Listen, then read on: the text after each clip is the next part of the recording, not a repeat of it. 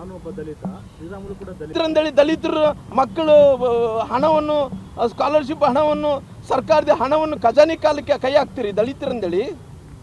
ದಲಿತರಂದ್ರೆ ಅವ್ರಿಗೆ ಏನನ್ನ ಬೇರೆ ಬೇರೆ ಏನನ್ನ ಅವ್ರಿಗೆ ಹಕ್ಕಿರುತ್ತೇನು? ಯಾರನ್ನಾಗಲಿ ಸಂವಿಧಾನಕ್ಕೆ ಗೌರವ ಕೊಡಬೇಕು. ಬಾಬಾ ಸಾಹೇಬ್ ಅಂಬೇಡ್ಕರ್ ಬರ್ತಂಥ ಸಂವಿಧಾನಕ್ಕೆ ಎತ್ತಿಡುವಂಥ ಕೆಲಸ ಆಗಬೇಕು. ಹೌದಪ್ಪ, ದಲಿತರು, ನಾನು BJPಯಲ್ಲಿ ಇರೋದಂತಂದ್ರು ದಲಿತರೇ, ಅಲ್ಲಿ ಕಾಂಗ್ರೆಸ್ಸಲ್ಲಿ ಇದ್ದಂಥದ್ರು ದಲಿತರೇ. ಆದರೆ ಇವತ್ತು ನಾನು ಕೇಳ್ತೀನಿ, ಇವತ್ತು ಸತೀಶ್ ಅಣ್ಣವ್ರು ಕೂಡ ದಲಿತರಲ್ಲ. ನಮ್ಮ ಇವರು ನಮ್ಮ ಚಳಿಕೆರೆಯ ರಘುಮೂರ್ತಿಯವರು ಕೂಡ ದಲಿತರು. ಅವ್ರ ಮೇಲೆ ಯಾಕೆ ಅಲಿಗೇಷನ್ ಮಾಡ್ತಾ ಇಲ್ಲ? ಇವ್ರ ಮೇಲೆ ಯಾಕೆ ಅಲಿಗೇಷನ್ ಮಾಡ್ತೀನಿ? ಭ್ರಷ್ಟಾಚಾರ ಮಾಡಿಯಪ್ಪ. ನಿನ್ನ ಅಸಹಾಯಕನಾಗಿ ಎದ್ದು ಕಾಣ್ತಾ. ನೀನು ಯಾರು ಸಪೋರ್ಟ್ ಮಾಡ್ತಾ ಇದ್ದಾರ? ನಿಮ್ಮ ಶಾಸಕರು ಯಾರನ್ನು ಸಪೋರ್ಟ್ ಮಾಡ್ತಾ ಇದ್ದಾರಾ ಸದನದಲ್ಲಿ? ಅವನು ಸಪೋರ್ಟ್ ಮಾಡ್ತಾ ಇಲ್ಲ ನಿನಗೆ. ನೀನು ಒಬ್ಬನೇ ನಿಸ್ಸಹಾಯಕನಾಗಿ ನಿಂತಿಗೆ ಇವತ್ತು. ಇದು ನಡೆಯಲ್ಲ ನಾಗೇಂದ್ರ.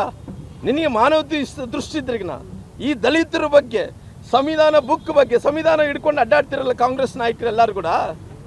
ಇವತ್ತು ನಿಮ್ಮ ನಿಮ್ಮ ನಿಮ್ಮ ಇತಿಹಾಸನೇ ಗೊತ್ತಾಗುತ್ತೆ.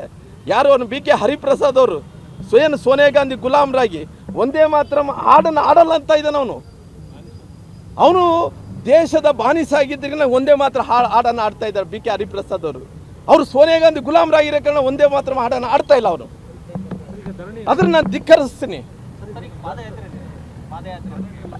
ನೋಡ್ರಿ, ನಾವೆಲ್ಲರೂ ಕೂಡ ಇವತ್ತು ಪಾದಯಾತ್ರೆ ಎಲ್ಲ ನಮ್ಮ ಕಾರ್ಯಕರ್ತರು, ಜಿಲ್ಲಾಧ್ಯಕ್ಷರು ಆದಿಡ್ಕೊಂಡು, ನಮ್ಮ ಅನಿಲ್ ಸಾಹೇಬರು ಆದಿಡ್ಕೊಂಡು, ನಮ್ಮ ಎಲ್ಲ ರಾಜ್ಯದಲ್ಲಿದ್ದಂಥ ಎಲ್ಲ BJPಯಲ್ಲೂ ರೋಡಿಗೆ ಕುಂತು ಹೋರಾಟವನ್ನು ಮಾಡ್ತಾ ಇದ್ದಾರೆ. ಮುಂದಕ್ಕೆ ಇದನ್ನು ಒಂದೇ ಸಾರಿ ಕೇಂದ್ರ ಮಟ್ಟಕ್ಕೆ, ರಾಜ್ಯ ಮಟ್ಟಕ್ಕೆ ಹೋರಾಟವನ್ನು ಮಾಡೋದು ಹೆಂಗ ಅನ್ನೋದಕ್ಕೋಸ್ಕರವಾಗಿ ಈ ಹಂತ ಪ್ರಥಮ ಬಾರಿ ಇವತ್ತು ಹೋರಾಟಗಳನ್ನು ಮಾಡ್ತಾ ಇದ್ವಿ. ಎರಡನೇ ಹಂತ ಏನು ಮಾಡಬೇಕನ್ನಂಥದ್ದು ನಮ್ಮ ಅಧ್ಯಕ್ಷರು ಕೂಡ ಆಸಕ್ತಿ ಇತ್ತು ಮಾಡಬೇಕನ್ನಂಥದ್ದು.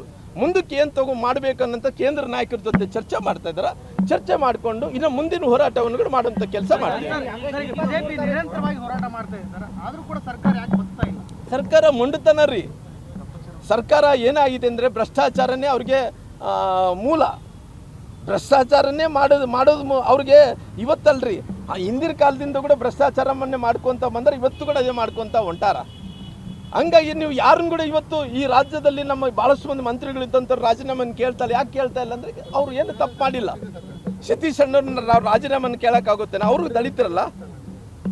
ಅದೇ ರೀತಿಯಲ್ಲಿ ಕೂಡ ನಾವು ಇವತ್ತು ರಘುಮೂರ್ತಿಯವ್ರನ್ನ ನಾವು ರಾಜೀನಾಮೆ ಕೇಳೋಕ್ಕಾಗುತ್ತೆ? ನಿನ್ನೆ ಯಾಕೆ ಕೇಳ್ತಾ ಇದ್ದೀವಿ? ನಿನ್ನ ಭ್ರಷ್ಟ ಇದ್ದೀಗಿ, ನೀನು ತಪ್ಪು ಮಾಡಿಗಿ, ನಮ್ಮ ದಲಿತರ ಹಣವನ್ನು ಒಡೆದಿಗಿ, ಮತ್ತೆ ಬ್ಲಾಕ್ ಮೇಲ್ ಮಾಡಿ ನೀನು ಮಂತ್ರಿ ಆಗಿಗಿ, ಆ ಸ್ಥಾನಕ್ಕೆ ನಿನ್ನ ಯೋಗ್ಯತೆ ಇಲ್ಲ, ಯೋಗ್ಯರಲ್ಲ ಅನ್ನೋಂಥ ಕಾರಣದಿಂದ ನಾವು ಹೋರಾಟವನ್ನು ಮಾಡ್ತಾ ಇದ್ದೀವಿ.